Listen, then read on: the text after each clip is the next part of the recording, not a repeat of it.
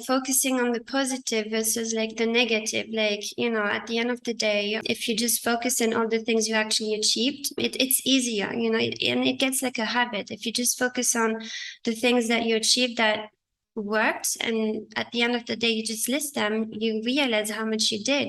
And that kind of like motivates you. Like motivation is a huge thing. Yeah.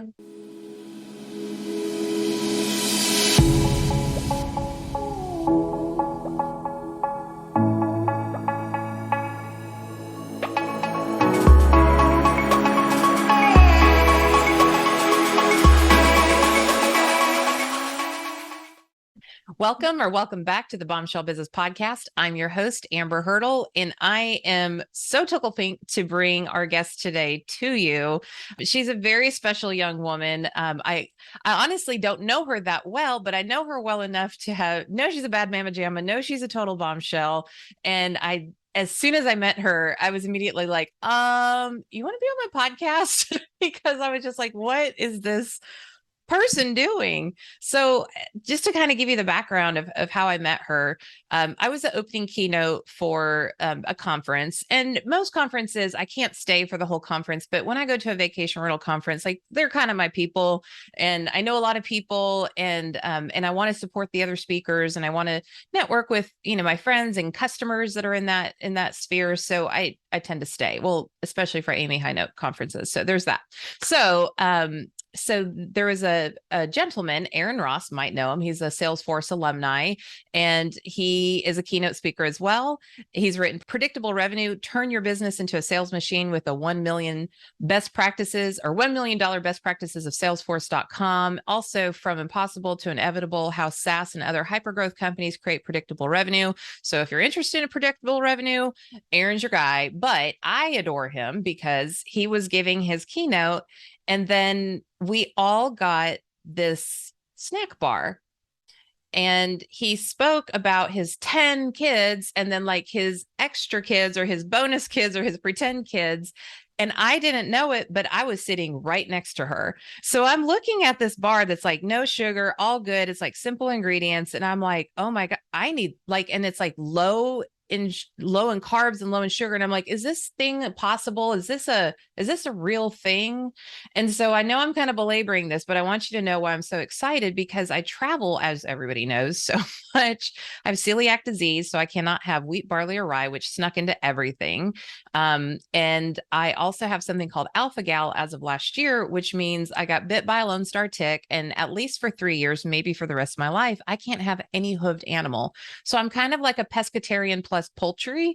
That's my life. So when you're traveling, like there's chicken tenders, there's pizza, there's sandwiches, there's stuff in it. Like even like I can't have beef jerky now. I can't have any of that. So when I travel, I have to travel with like protein bars just to make sure I have sustenance to keep myself going. But the terrible thing is that it's full of chemicals. It's processed food. You have like fake sugar in it, like sweeteners, which can upset your stomach. And, it's just kind of a drag. And then you go to like the kind bars, but then there's all kinds of sugars and carbs in it. Then you have blood sugar spikes. And I don't mean to sound dramatic, but my life is traveling. That is what I do. And so when I saw something that I could throw in my purse or throw in my backpack or throw in my briefcase, and it would actually nourish me without spiking my blood sugar and making me cranky or upsetting my stomach. And then she's so young. And then I heard more of her story, and my mind just started melting. And I'm so happy to introduce her to you today. So let me share her bio. So today we're talking to Amanda Ament, and she eliminated sugar from her diet and struggled to find sugar-free snack bars. So she just made her own. Typical bombshell. She realized she couldn't be the only one trying to quit sugar or lower sugar intake. So she decided to make these bars available to others facing the same challenges. See, she knew I existed. She was one of the first brands to use allulose and offer a clean label, perfect for people struggling with sugar-related issues like Hashimoto's, diabetes, but also simply looking to eat less sugar. Again, like me. She's a little mini genius. Welcome to the show, Amanda. Hi, thank you so much for having me. This is very exciting. It is so exciting for me too, because I just feel like everyone in the world needs to know about your brand. Thank So you. let's dive in because you're fairly young. I won't ask your age, but anybody watching on YouTube can see she is, not long in the tooth. Um, so I know you started the company because of your own need to do the whole like no sugar thing or low sugar thing. But what made you decide to start a whole company instead of just looking for solutions that were already out there? I couldn't find any. I mean, at the time I would snacks. Like you said, it's very hard when you travel to find, very healthy and simple snacks. So, I would just take a handful of nuts or, fruits, lots of fruits. But after months, of snacking on those, you kind of get tired. So I started making my own in the kitchen. And I love superfoods. So I would add, chia seeds, matcha, everything you can think of. I would just add them in the bars, and I would bring those to work. And I mean, it was very convenient for me. And it's just I couldn't find one without sugar, and that's when I couldn't find something else. So that's why I had to create my own. And I realized, like you said earlier, I couldn't find anyone. I couldn't think of the fact that nobody was struggling like I was. So that's when I thought, okay, let's make a thing out of it. Yeah. Yeah. So great. I love it. So, okay, from what I understood, it took you about 7 years for developing product, like production, everything until you went to market. Tell me about that journey. That's a long time. I mean, I was in college still at the time. So I was, managing midterm exam, final exams, and I was in Europe too at the time. So I had to wait for the time difference with the US to make phone calls to, communicate with you. So that kind of slowed things down. And then, I'm also on a visa, which makes it a bit trickier because you have to have different requirements before Right. you get a visa to come to the US. So that also slowed down the process. And one of the major thing I want to say is finding a co-packer, someone you work with to make your product. A food scientist, like actually making the recipe for my kitchen. I couldn't make it in bigger amounts. We have to work on the formula together and translate like grams into percentage. It gets very technical, but I had to learn this as I went. And all of this took a month, just traveling to them, going in the lab, testing different nuts, different syrup, different temperature. It was endless. And then finding a co-packer with someone that you make the product is very tricky because they don't really advertise what they do because it's so private. Brands Yeah. don't want people to know where they make it. So I had to join food expos, talk with people, and it's just really word of mouth. We had about 2 to 3 co-packers with who we worked with, and sometimes it works, sometimes it doesn't. We had ups and downs, but that also took a long process. Ordering ingredients. I mean, during COVID, it just took 3 months to get some Oh of my the ingredients. gosh. And the shipping, nobody would pick them up. So it definitely has been challenging, but I mean, it's all worth it. It's exciting. It's so exciting. But that is, I mean, that is the utmost level of tenacity. That is, you are passionate about this. You have to have like an inner drive to get this out there in order to sustain all of that. So when you like hit another brick wall and you're like, oh my gosh, like what did you do to like not lose hope or not lose energy or not lose passion for the product? That's a good question. So it's silly, but I would make a list whenever, like the first time I went to the food scientist, we couldn't make it work. The syrup was not sticking enough, or it was too sticky. There was strings on the bars. The nuts would crumble. We hit a wall. We couldn't make it work. And I remember going back to the hotel that night and, just going on Pinterest and going in affirmation sentences and writing up my favorite ones and just focus and believing that everything is going to be okay. Basically, I kept telling myself like it's going to be okay. And just throughout each time I had issues, just believing that it's going to be okay, basically. Mm. Yeah. So many. of my guests say, and I like my audience knows when there's truth that's said, whether I say it or somebody else, like I get tears behind my eyes. So forgive me. It's like, yep, that's the truth. But one of the things that is a really common thread with almost all of my guests who have found success in any capacity is they've all said, you have to believe in yourself. You have to. Like, it is an everyday requirement. You have to cheerlead yourself. It's nobody else's job. It's your full-time job every single day. So I really appreciate you sharing. I do that too. I'm not going to lie. I'm like, I get on Instagram or Pinterest and I'm like, all right, who's speaking to me today? Because sister's not feeling too good about things right now. It does help, it helps, and focusing on the positive versus like the negative. Like, at the end of the day, if you just focus on all the things you actually achieved, it's easier, and it gets like a habit. If you just focus on the things that you achieved that worked, and at the end of the day, you just list them, you realize how much you did. And that kind of like motivates you. Like motivation is a huge thing. Yeah, Yeah. definitely. 100%. And again, like there are definitely external motivators and we want to, surround ourselves with the right people and that sort of thing as well. But at the end of the day, it's you. So getting that head screwed on straight, and it's not easy all the time. It's certainly something you have to practice and practice and practice. Mhm. So I mean, you might have already said it because that sounded pretty dramatic, but what was like the biggest obstacle you had to overcome, whether it was like you being in the wrong, not the wrong country, but like the wrong country for making this easy, or the product itself?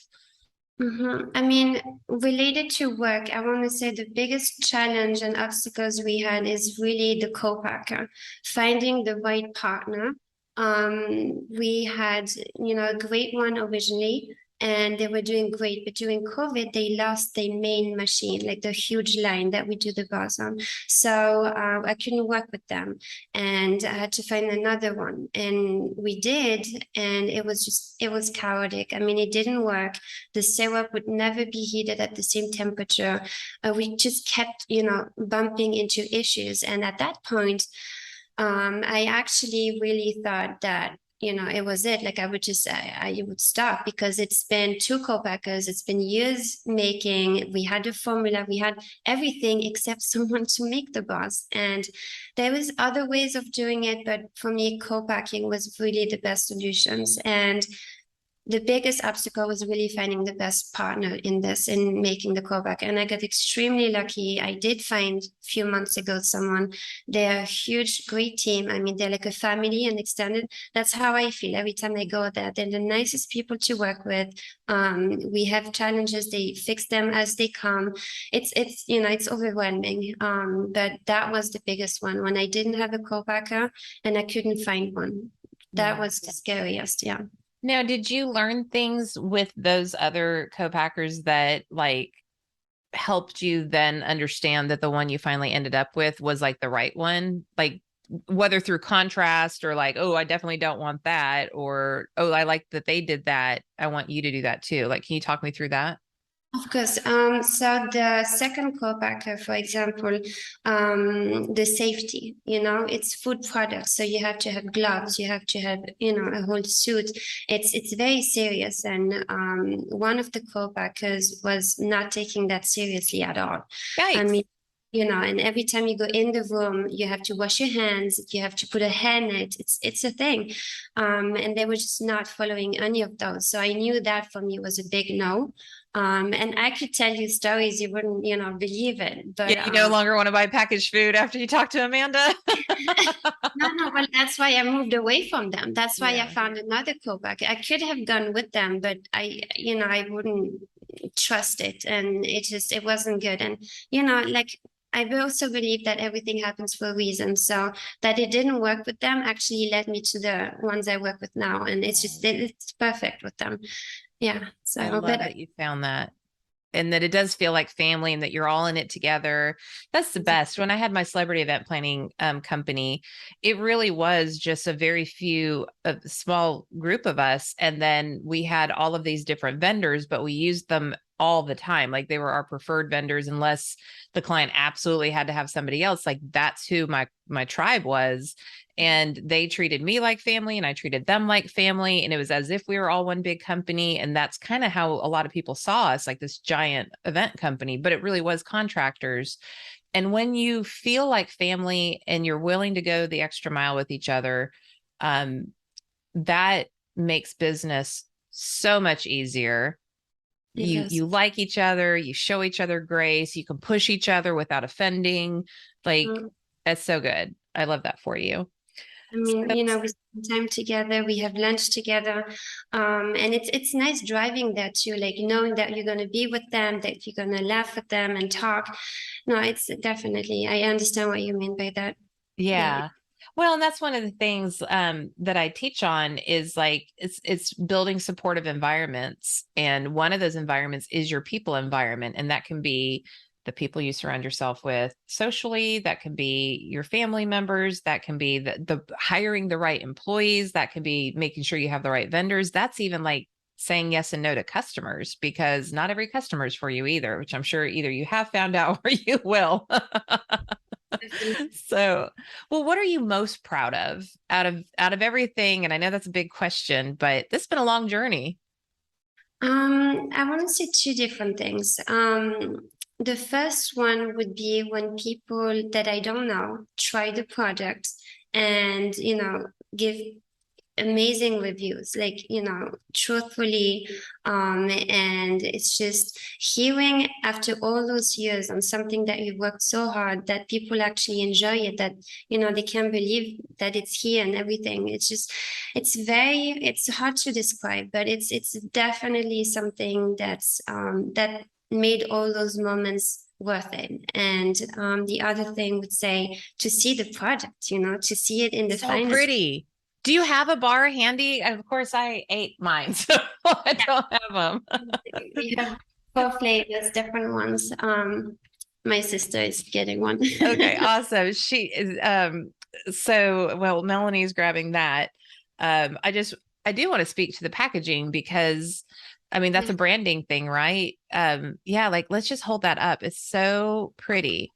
So yeah, simple. It is simple. Yeah. And then like show the actual bar because it's a really pretty packaging too. Thank you. I tend to be a very minimalist type of person, Love so I it. like things clean. But the logo and just I do love the cleanness, but when you're selling clean food, you kind of want the packaging to be representative of that. So you just crush the branding. How did you like did you work with a branding company or did you like design it yourself? You designed it yourself. Stop it.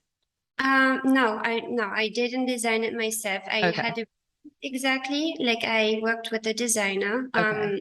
And it's a platform where you can decide with who you work. And I told them exactly what I liked, what I saw, and what I didn't like. So they, proposed different briefers. We did work months on it. I drove everyone in my family and friends I crazy. bet.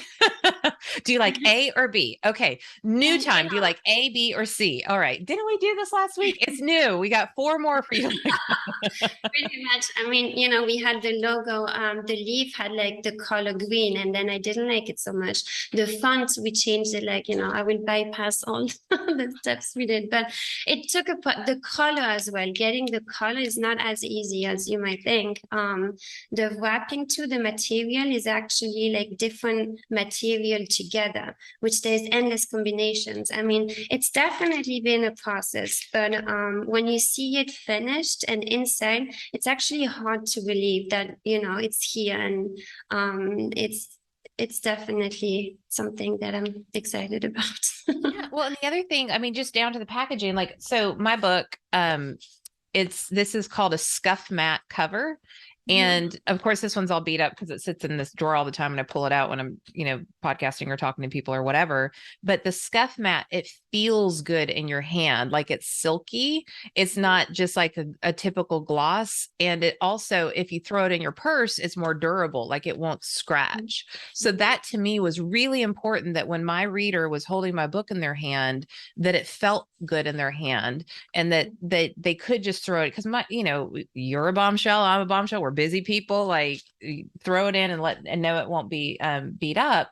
So thinking through that entire experience, like one thing I noticed, and I'm weird, but I'm a branding person. So when I opened up the bar, it didn't stick to the wrapper.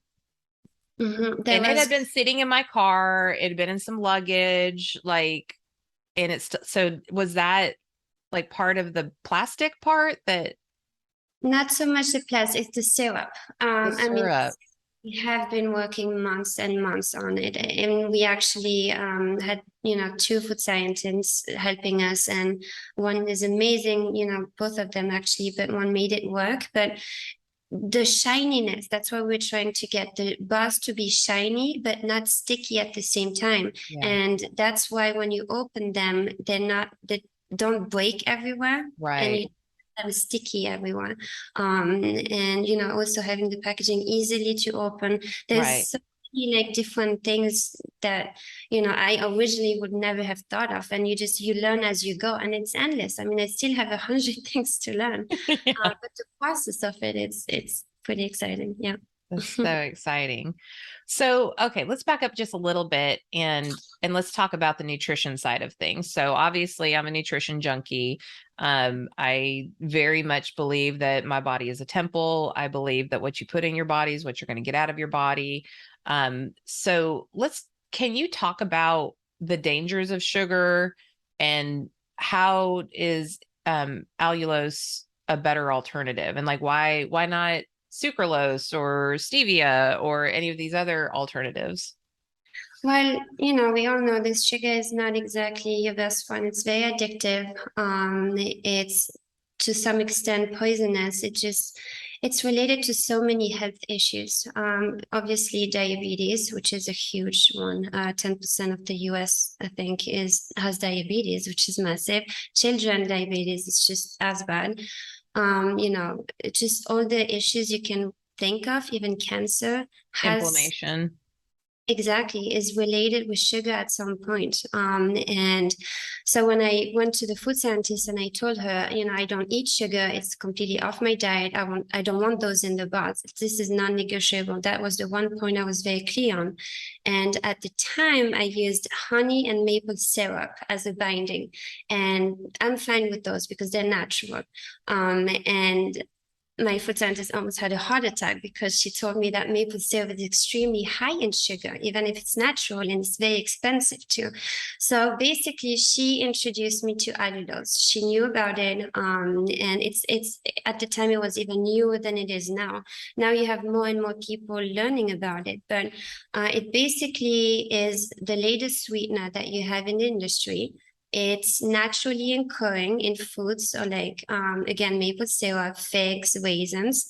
But the very great thing about it is it doesn't impact your blood levels when you eat it. Mhm. It's very low in calories. It's like a tenth from sugar. It tastes like sugar too, just lighter. And your body just doesn't process it. It goes in the bathroom whenever you eat it. So it's huge.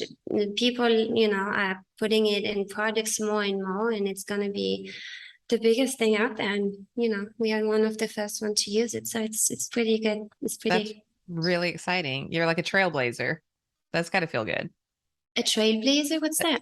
So a trailblazer is like in the Wild Wild West, way back in the day, they would blaze the trail. They would like literally light a road on fire so that like people can use it as a road. And so what I'm saying that you're doing is you are paving the way. You are showing the way of where to go next through your product and use of allulose. Yeah. It's Nice very way. cool. Thank Also you. very bold of you, which is totally bombshell. So let's talk about we were talking about being a high performing professional and so like I am your ideal client, which is why I'm so stinking excited because I work really hard. I work a lot of hours, and not because I have to, but because that's what I do. That's who I am. And I like breaking things. I like building things. I like tinkering. I like figuring things out, not just for me, but like especially for my clients. sometimes, like, for example, I'm working with a client right now, and they would be completely overwhelmed with everything that I'm testing and modeling and breaking and building behind the scenes, because that's not how they're wired, but it is how I am wired. So I do all of that, and it takes time, and it takes almost kind of like an obsessive intention towards it. So I might work 4 hours on something and not even understand it. So you stack that up with all my different clients.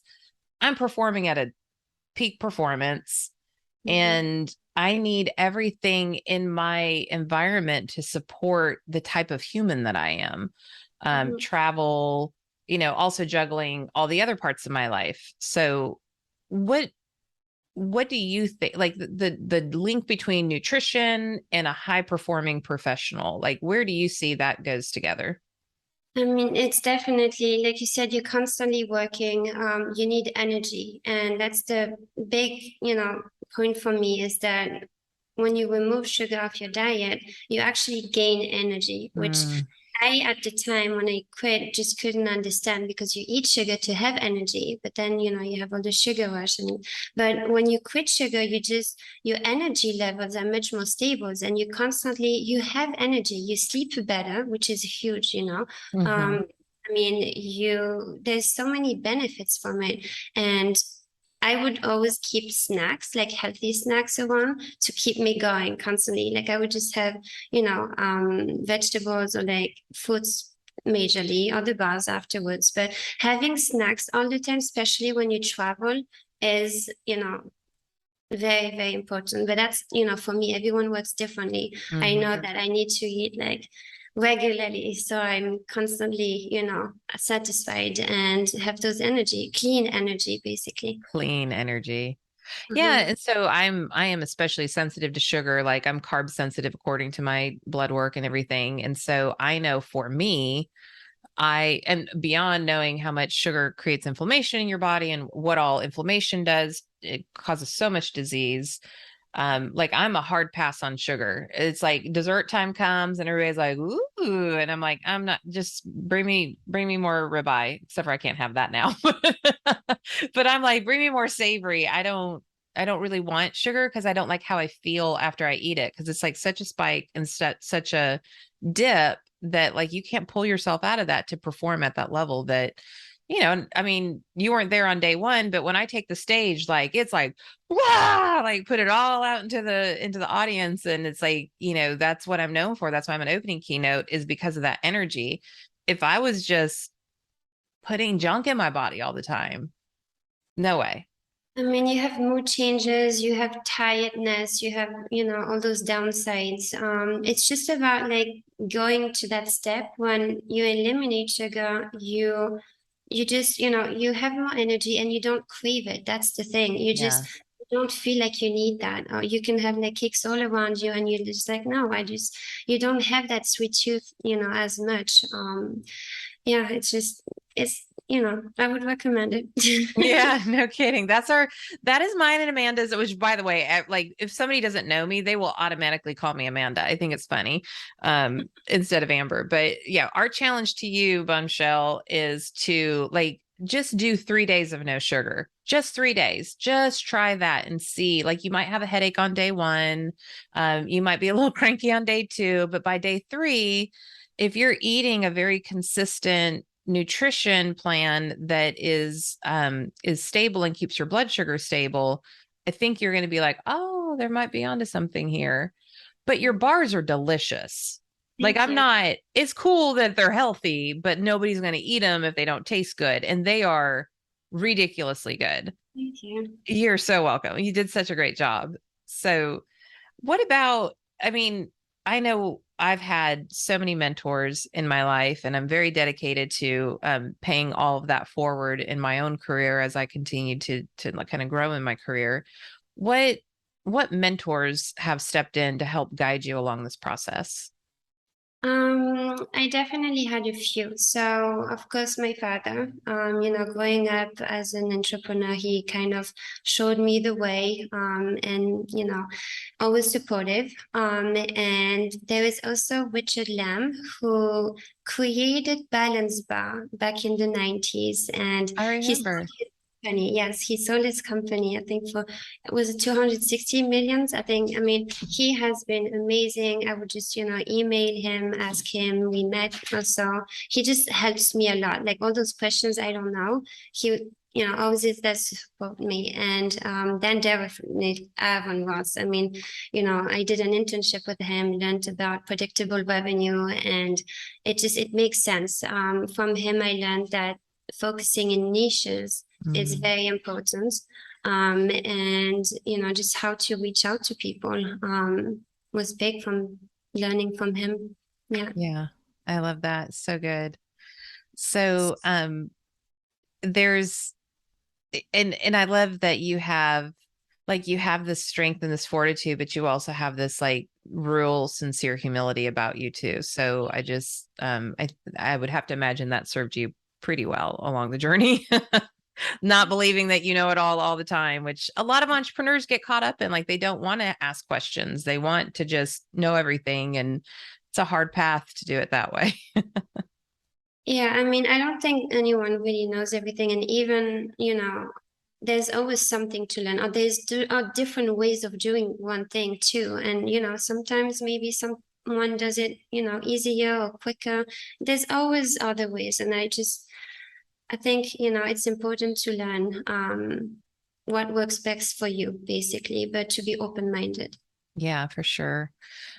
Um, Yeah, gosh, I mean, if I listed all my mentors, we'd be here all day. Just, I mean, even like I have peers who I consider mentors that have taught me so much, and like nobody can do this on our own. Like it's just not possible. There's too many things to learn. The economic landscape changes, the way we do business changes, technology changes. That's another good question. And you don't have to list every tech tool you use, but how much have you had to adapt or like bring in tech tools to like create a tech stack to make all of this happen? Or has it been pretty organic and offline? What do you mean? Like social media? Well, social media, or even just like, I mean, so for my business, I have an extraordinary amount of technology. So like I use, like Kajabi and I use Canva and I use Active Campaign and I use WordPress and I use all these things. So did you have to have like any type of a learning curve to like get your website up or anything like that? Yes, we did design our own website and we used Figma for that. Figma is, free, it's online, and it's extremely useful. I still use it to do flyers, to do any printing materials on it. And it's just the best that I found. I did have to learn throughout it. You just, spend hours on YouTube. The answer to everything. If you don't know how to do something, just type it into YouTube. It's right there. No Yeah. excuses. Pretty much. But I mean, I will do like the basic and then ask my graphic designer to do it professionally, like in, Adobe Illustrator or, but I want to say Figma is one of the biggest one, that I've been using. Yeah. Okay, that's good. I don't even know if I've heard of that. I guess it's kind of similar to Canva.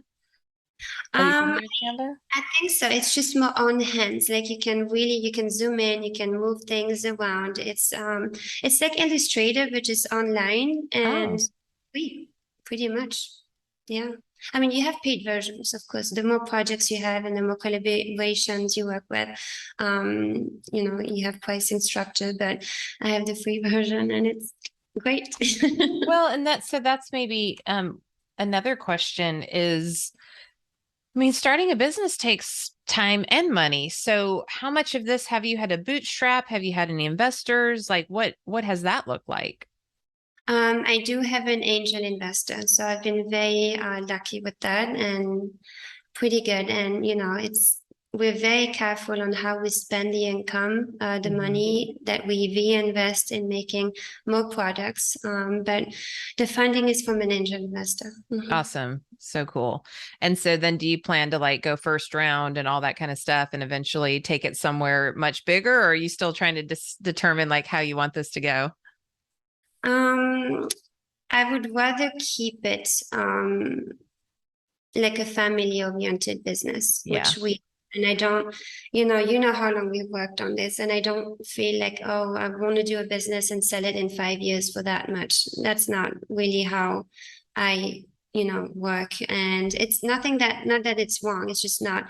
for I you. would rather, yeah, exactly. I would rather do, more products like nut clusters or like bars for kids, like drinks. I would rather, increase than just, I guess, sell the business. Yeah. And I love that. I think it's really important, especially for our listeners to hear that there's this big push right now with so much private money getting into different businesses, and like everybody's growing and everybody's trying to scale and everybody's trying to do this and that and like, get in a position to sell. And that's just not for everyone. Like really understanding what does success look like for me, and then that motivates your decision making. And so it sounds like you are very clear. I mean, you have been clear for some time. Like you're a very intentional woman. But just having that clarity, has that helped you make your decisions, like knowing the end game? Definitely. I mean, I do always ask advices, that's again, I don't mind, sounding even naive sometimes, when you think there's like even the language barrier, like the English sometimes is an issue. So I always ask, well, what does that mean? Or like, what exactly is this? And I had to learn the language jargon because the food industry is a whole other Yeah. language.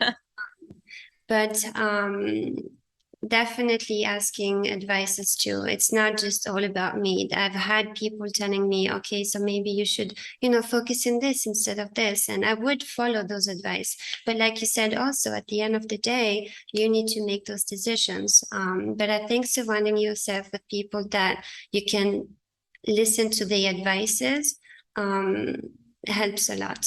It did Yeah. for me. Mhm. Yeah, 100%. There's just so much goodness in the bar and in this interview and in the perseverance that you have demonstrated throughout this experience. And, people see things and it's like you don't even think about what went into bringing that to market. Like when you buy, whatever bar at the store, you just buy it and you move on with things. And there's like so much blood, sweat, and tears that went into getting that on that shelf. So, any predictions of like, do you want this in stores? Do you want them bought in bulk? Do you want them in like gift basket? Like what's kind of the big picture? Like this would be great if this happened. I mean, right now we have them, on Amazon and the website. We have them in local gyms. We're entering co-working spaces. But ideally, I want to say Whole Foods. Whole Yeah. Foods, Trader Joe, Sprouts, all those big, nationwide stores. Of course, that's their goal. Yeah. I love it. So good.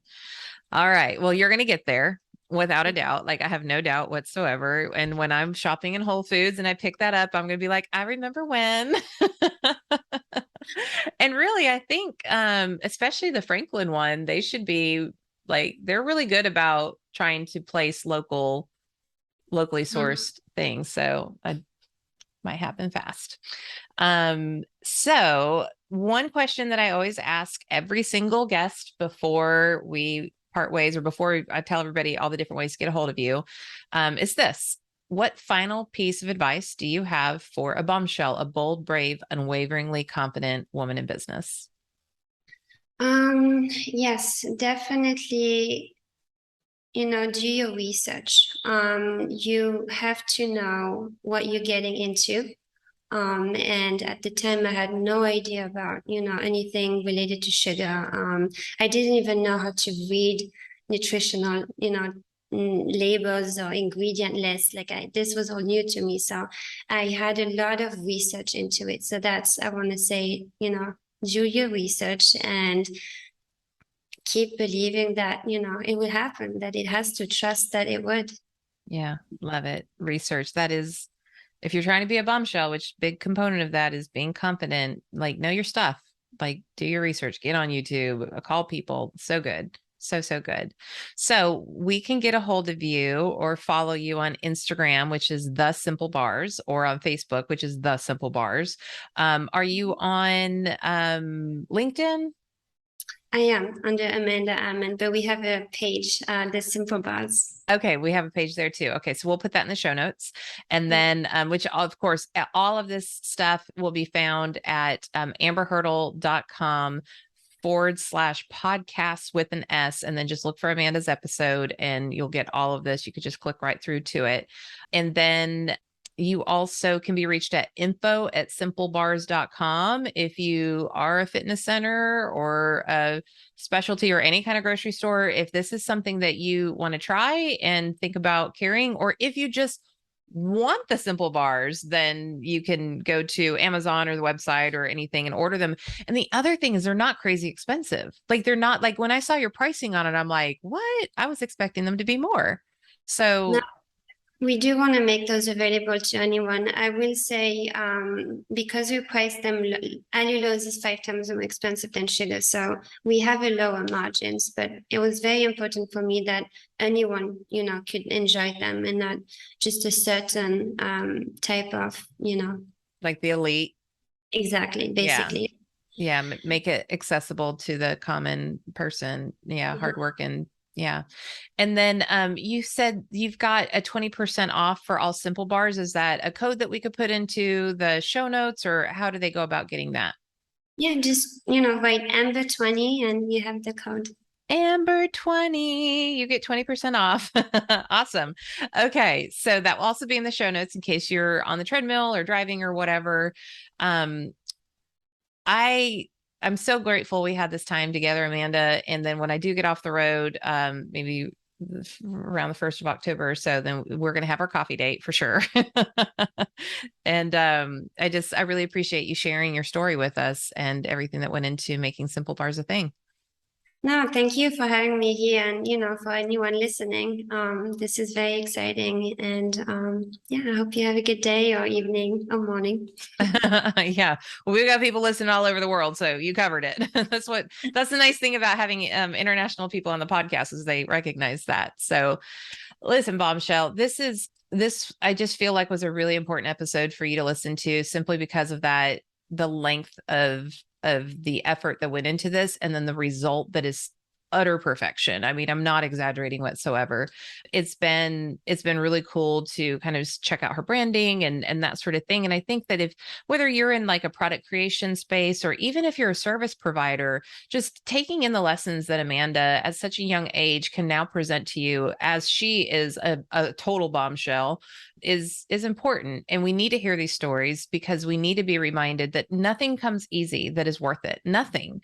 And you have to keep going. You have to have that tenacity, and join us on Pinterest and find those affirmations and tell yourself you can do it, and keep coming back to this podcast to get refueled too, because that's such an important part of why I do what I do, is because I want you to have a community, a place to come to, a place that you could tap into once a week and like have somebody, amazing guests like Amanda, speak life into you. So if you enjoyed this episode, certainly leave a rating and review. If you're watching on YouTube, give it a quick like, subscribe, share this with a friend. I say this every single week, but that's how we reach more bombshells, and we create more women who are empowered and who have money and who can make decisions and can help, just honestly, without sounding too cliche, change the world, because that's what happens when women get more of a balance in power and authority. So we love our guys. We love our guys, but women, we got to step up. So Amanda's leading the way. Who's going to go with her? I hope you take this in. I appreciate your listenership, and I will see you on the next episode.